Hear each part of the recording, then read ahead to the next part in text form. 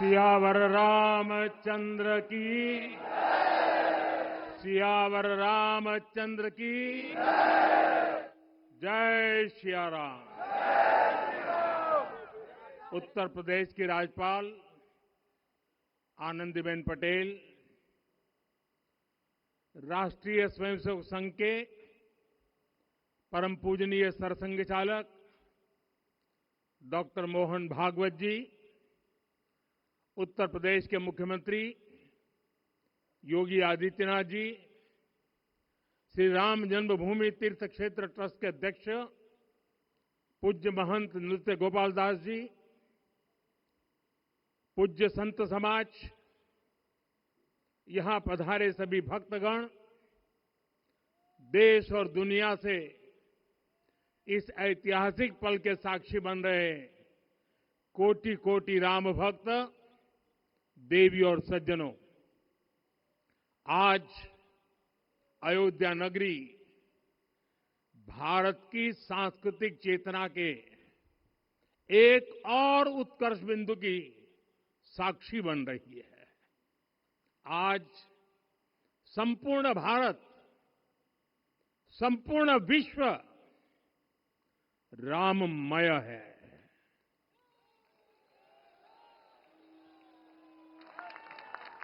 हर राम भक्त के हृदय में अद्वितीय संतोष है, असीम कृतज्ञता है, अपार अलौकिक आनंद है। सदियों के घाव भर रहे हैं, सदियों की वेदना आज विराम पा रही है, सदियों का संकल्प आज सिद्धि को प्राप्त हो रहा है। आज उस यज्ञ की पूर्णाहुति है जिसकी अग्नि 500 वर्ष तक प्रज्वलित रही, जो यज्ञ एक पल भी आस्था से डिगा नहीं, एक पल भी विश्वास से टूटा नहीं। आज भगवान श्री राम के गर्भगृह की अनंत ऊर्जा, श्री राम परिवार का दिव्य प्रताप इस धर्म ध्वजा के रूप में इस दिव्यतम भव्यतम मंदिर में प्रतिष्ठापित हुआ है। और साथियों, ये धर्म ध्वजा केवल एक ध्वजा नहीं, ये भारतीय सभ्यता के पुनर्जागरण का ध्वज है। इसका भगवा रंग, इस पर रचित सूर्यवंश की ख्याति, वर्णित ओम शब्द और अंकित कोविदार वृक्ष राम राज्य की कीर्ति को प्रतिरूपित करता है। ये ध्वज संकल्प है, ये ध्वज सफलता है, ये ध्वज संघर्ष से सृजन की गाथा है, ये ध्वज सदियों से चले आ रहे स्वप्नों का साकार स्वरूप है। ये ध्वज संतों की साधना और समाज की सहभागिता की सार्थक परिणति है। साथियों, आने वाली सदियों और सहस्त्र शताब्दियों तक ये धर्म ध्वज प्रभु राम के आदर्शों और सिद्धांतों का उद्घोष करेगा। ये धर्म ध्वज आह्वान करेगा, सत्यमेव जयते नानृतम, यानी जीत सत्य की ही होती है, असत्य की नहीं। ये धर्म ध्वज उद्घोष करेगा, सत्यम एक पदम ब्रह्म सत्य धर्म प्रतिष्ठित, अर्थात सत्य ही ब्रह्म का स्वरूप है, सत्य में ही धर्म स्थापित है। ये धर्म ध्वज प्रेरणा बनेगा, प्राण जाए पर वचन न जाहि, अर्थात जो कहा जाए वही किया जाए। ये धर्म ध्वज संदेश देगा, कर्म प्रधान विश्व रची राखा, अर्थात विश्व में कर्म और कर्तव्य की प्रधानता हो। ये धर्म ध्वज कामना करेगा, बैर न विग्रह आस न त्रासा, सुखमय ताहि सदा सब आशा, यानी भेदभाव, पीड़ा, परेशानी से मुक्ति, समाज में शांति और सुख हो। ये धर्म ध्वज हमें संकल्पित करेगा, नहीं दरिद्र कोउ दुखी न दीना, यानी हम ऐसा समाज बनाएं जहां गरीबी न हो, कोई दुखी या लाचार न हो। साथियों, हमारे ग्रंथों में कहा गया है, आरोपितम ध्वजम दृष्ट्वा, ये अभिनंदनित धार्मिका, ते अपि सर्वे प्रमुच्यते महापातक कोटि भी, यानी जो लोग किसी कारण मंदिर नहीं आ पाते और दूर से मंदिर के ध्वज को प्रणाम कर लेते हैं, उन्हें भी उतना ही पुण्य मिल जाता है। साथियों, ये धर्म ध्वज भी इस मंदिर के ध्येय का प्रतीक है। ये ध्वज दूर से ही रामलला की जन्मभूमि के दर्शन कराएगा और युगों युगों तक प्रभु श्री राम के आदेशों और प्रेरणाओं को मानव मात्र तक पहुंचाएगा। साथियों, मैं संपूर्ण विश्व के करोड़ों राम भक्तों को इस अविस्मरणीय क्षण की, इस अद्वितीय अवसर की हार्दिक शुभकामनाएं देता हूं।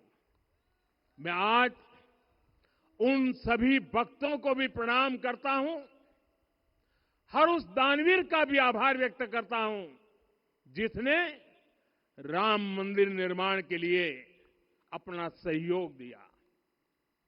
मैं राम मंदिर के निर्माण से जुड़े हर श्रमवीर, हर कारीगर, हर योजनाकार, हर वास्तुकार, सभी का अभिनंदन करता हूं।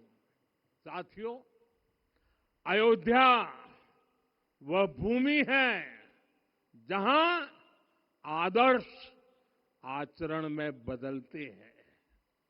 यही वह नगरी है जहां श्री राम ने अपना जीवन पथ शुरू किया था।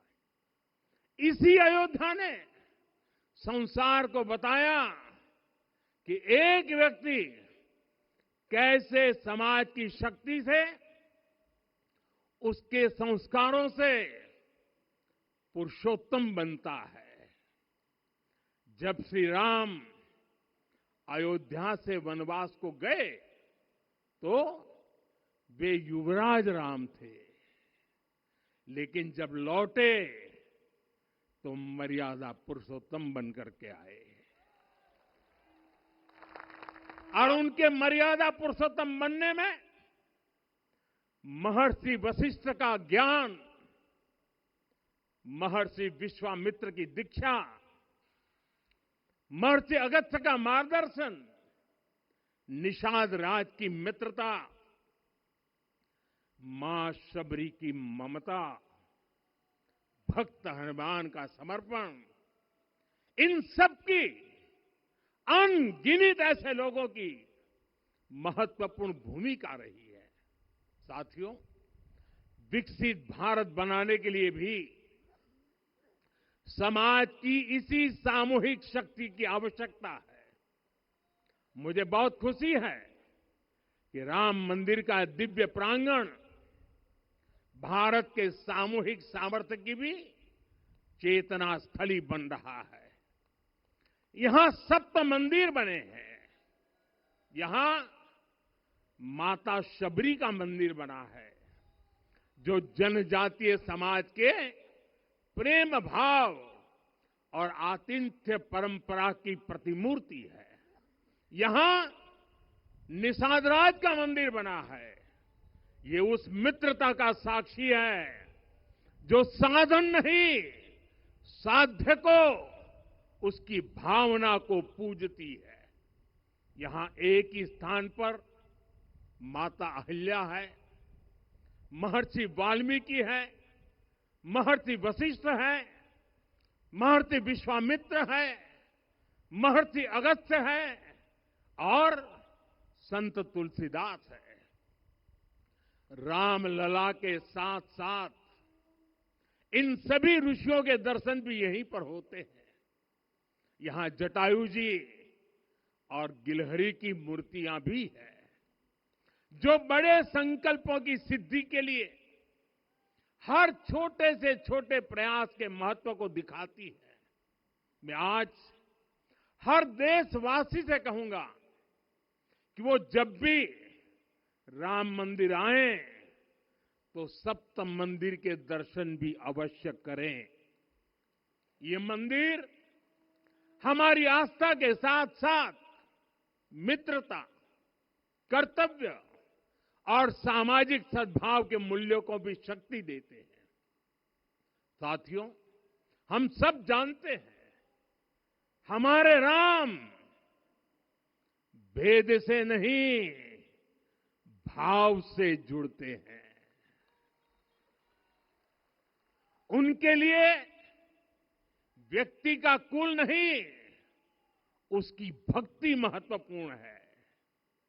उन्हें वंश नहीं, मूल्य प्रिय है। उन्हें शक्ति नहीं, सहयोग महान लगता है। आज हम भी उसी भावना से आगे बढ़ रहे हैं।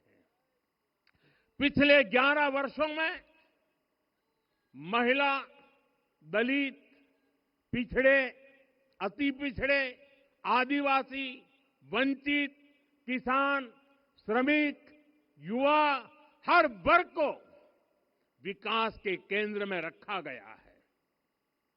जब देश का हर व्यक्ति, हर वर्ग, हर क्षेत्र सशक्त होगा, तब संकल्प की सिद्धि में सबका प्रयास लगेगा और सबके प्रयास से ही 2047 जब देश आजादी के 100 साल मनाएगा, हमें 2047 तक विकसित भारत का निर्माण करना ही होगा। साथियों, रामलला की प्राण प्रतिष्ठा के ऐतिहासिक अवसर पर मैंने राम से राष्ट्र के संकल्प की चर्चा की थी। मैंने कहा था कि हमें आने वाले 1000 वर्षों के लिए भारत की नींव मजबूत करनी है। हमें याद रखना है, जो सिर्फ वर्तमान का सोचते हैं वो आने वाली पीढ़ियों के साथ अन्याय करते हैं।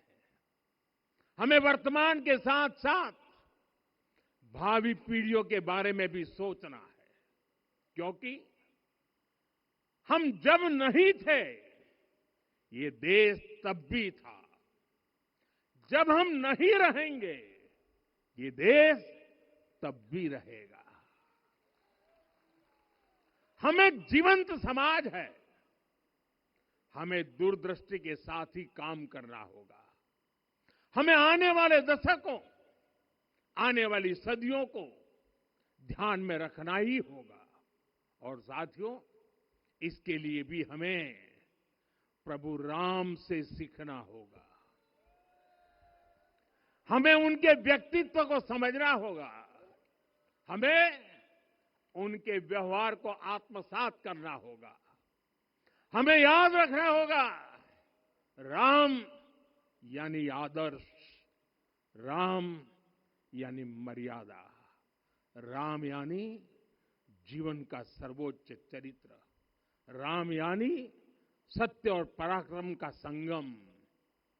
दिव्य गुणे शक्र समो रामः सत्य पराक्रमः। राम यानी धर्म पथ पर चलने वाला व्यक्तित्व। रामः सत्पुरुषो लोके सत्यः सत्यपरायणः। राम यानी जनता के सुख को सर्वोपरि रखना। प्रजा सुखत्वे चंद्रस्य। राम यानी धर्म और क्षमा का दरिया। वसुधाया क्षमा गुणे है। राम यानी ज्ञान और विवेक की पराकाष्ठा। बुद्ध या बृहस्पति तुल्य। राम यानी कोमलता में दृढ़ता। मृदु पूर्वज भाषते। राम यानी कृतज्ञता का सर्वोच्च उदाहरण। कदाचन नोपकारेण कृति नैकेन तुष्यति। राम यानी श्रेष्ठ संगति का चयन। शीला वृद्धे ज्ञान वृद्धे वयोवृद्धे च सज्जने। राम यानी विनम्रता में महाबल। वीर्यवान च वीर्येण महता स्वेन विस्मितः। राम यानी सत्य का अडिग संकल्प। न च अनुत्र कथो विद्वान।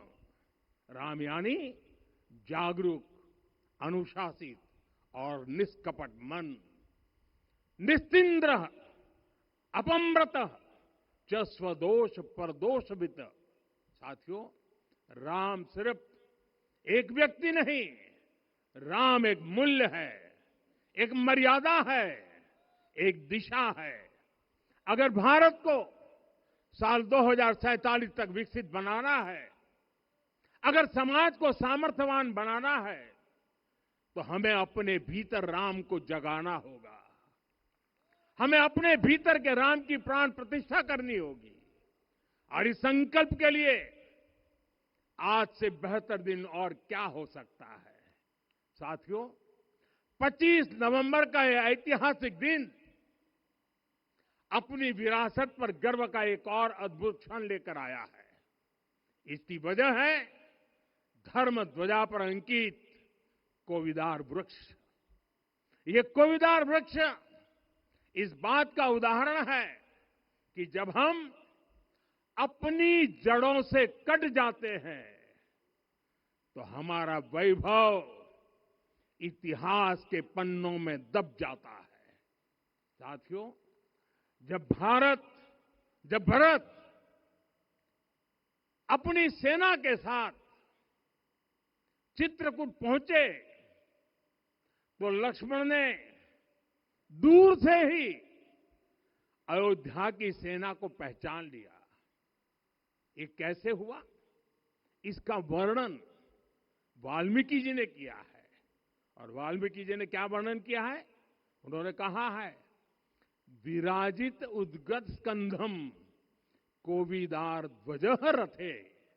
लक्ष्मण कहते हैं, राम, सामने जो तेजस्वी प्रकाश में विशाल वृक्ष जैसा ध्वज दिखाई दे रहा है, वही अयोध्या की सेना का ध्वज है। उस पर कोविदार का शुभ चिन्ह अंकित है।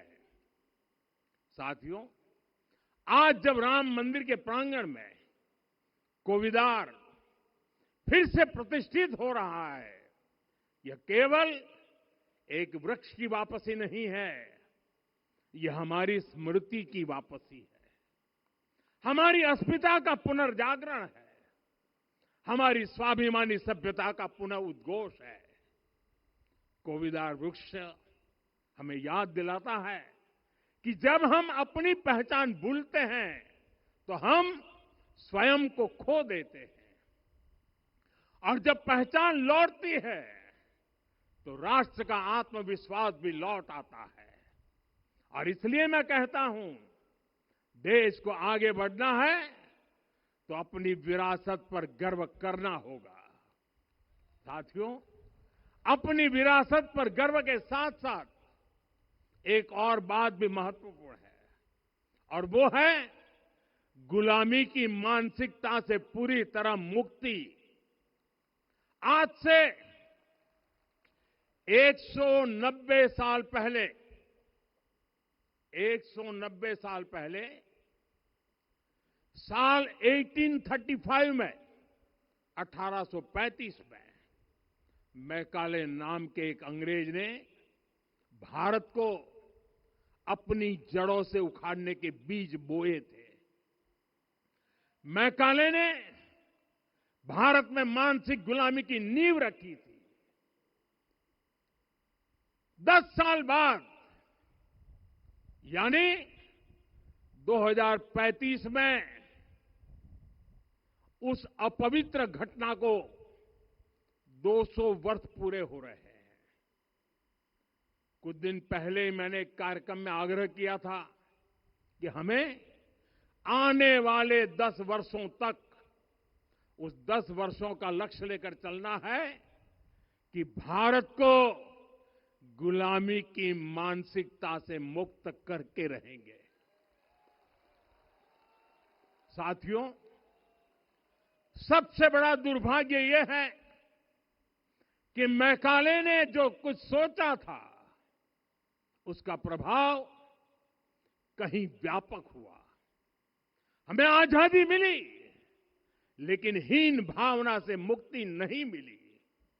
हमारे यहां एक विकार आ गया कि विदेश की हर चीज, हर व्यवस्था अच्छी है और जो हमारी अपनी चीजें हैं उनमें खोट ही खोट है।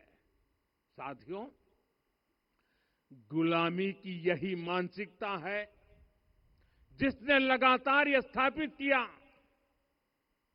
हमने विदेशों से लोकतंत्र लिया। कहा गया कि हमारा संविधान भी विदेश से प्रेरित है, जबकि सच ये है कि भारत लोकतंत्र की जननी है, मदर ऑफ डेमोक्रेसी है। लोकतंत्र हमारे डीएनए में है। साथियों, अगर आप तमिलनाडु जाएंगे तो तमिलनाडु के उत्तरी हिस्से में उत्तीर मेरूर गांव है। वहां हजारों वर्ष पहले का एक शिलालेख है। उसमें बताया गया है कि उस कालखंड में भी कैसे लोकतांत्रिक तरीके से शासन व्यवस्था चलती थी, लोग कैसे सरकार चुनते थे। लेकिन हमारे यहां तो मैग्ना कार्टा की प्रशंसा का ही चलन रहा। हमारे यहां भगवान बसवन्ना, उनके अनुभव मंटपा की जानकारी भी सीमित रखी गई। अनुभव मंटपा यानी जहां सामाजिक, धार्मिक और आर्थिक विषयों पर सार्वजनिक बहस होती थी, जहां सामूहिक सहमति से निर्णय लिए जाते थे। लेकिन गुलामी की मानसिकता के कारण इस भारत की कितनी ही पीढ़ियों को इस जानकारी से भी वंचित रखा गया।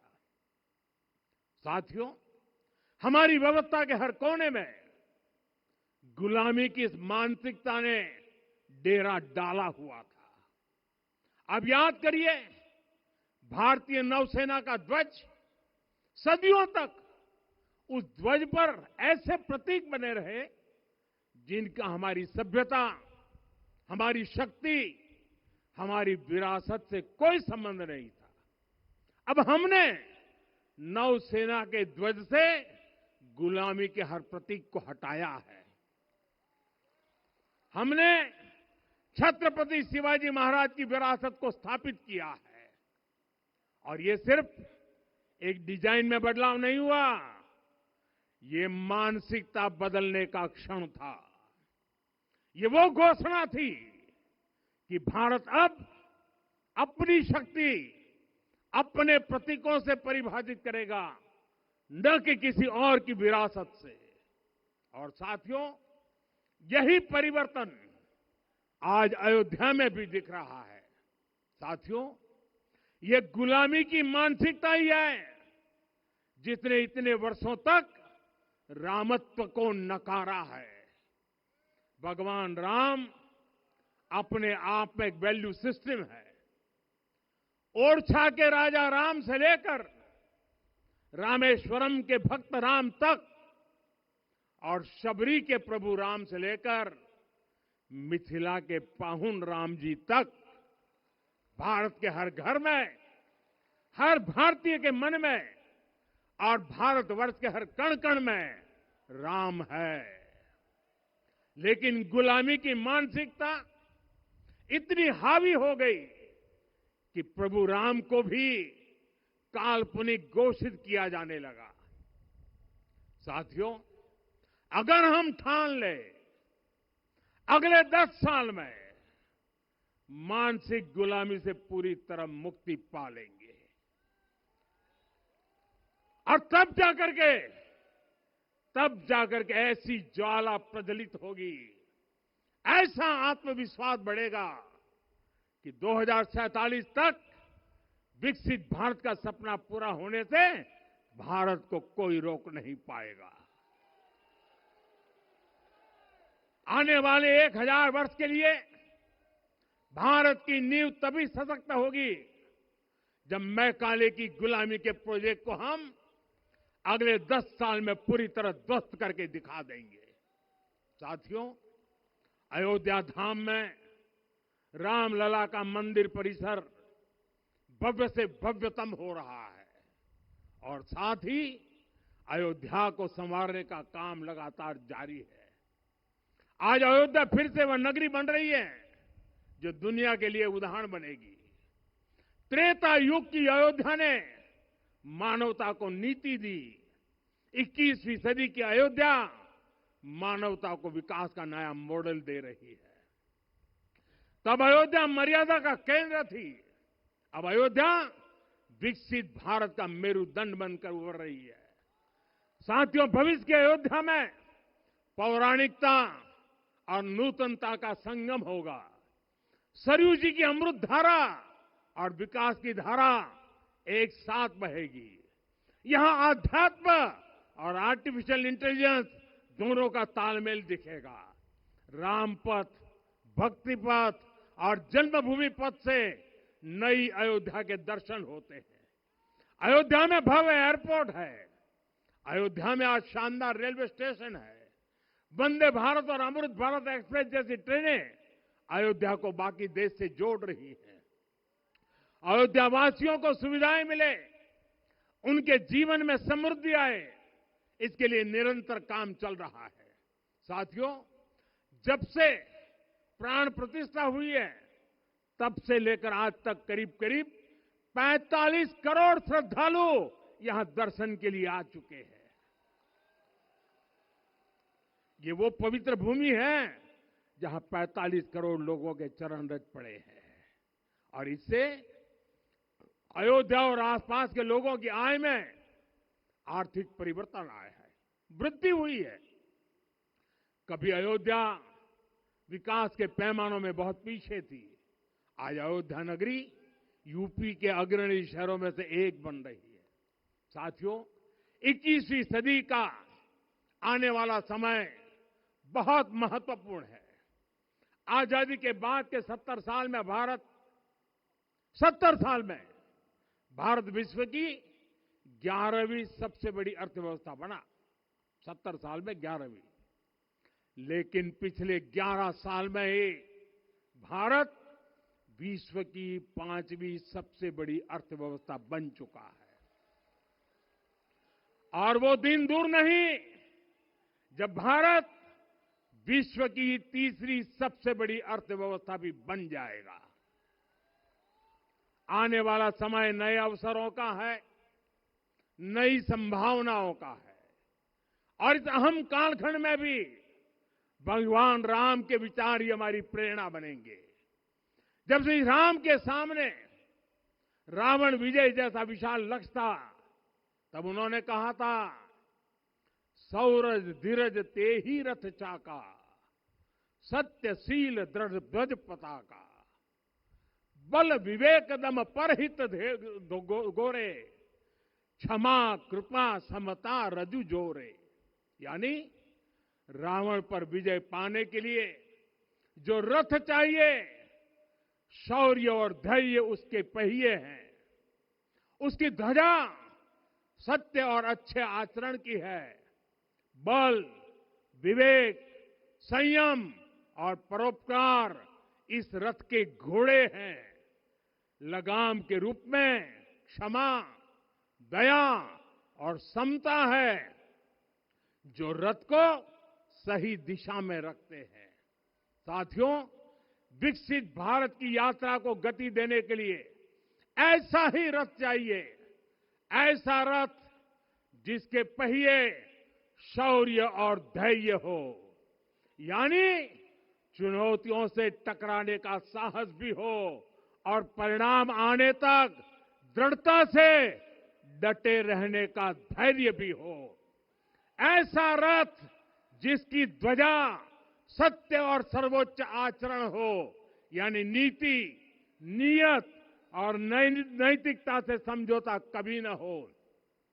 ऐसा रथ जिसके घोड़े बल विवेक संयम और परोपकार हो, यानी शक्ति भी हो बुद्धि भी हो अनुशासन भी हो और दूसरों के हित का भाव भी हो। ऐसा रथ जिसकी लगाम क्षमा करुणा और संभाव हो, यानी जहां सफलता का अहंकार नहीं और असफलता में भी दूसरों के प्रति सम्मान बना रहे। और इसलिए मैं आदरपूर्वक कहता हूं, ये पल कंधे से कंधा मिलाने का है, ये पल गति बढ़ाने का है। हमें वो भारत बनाना है जो राम राज्य से प्रेरित हो, और ये तभी संभव है जब स्वयं हित से पहले देश हित होगा, जब राष्ट्र हित सर्वोपरि रहेगा। एक बार फिर आप सभी को बहुत बहुत शुभकामनाएं देता हूं। जय सिया राम, जय सिया राम, जय सिया राम।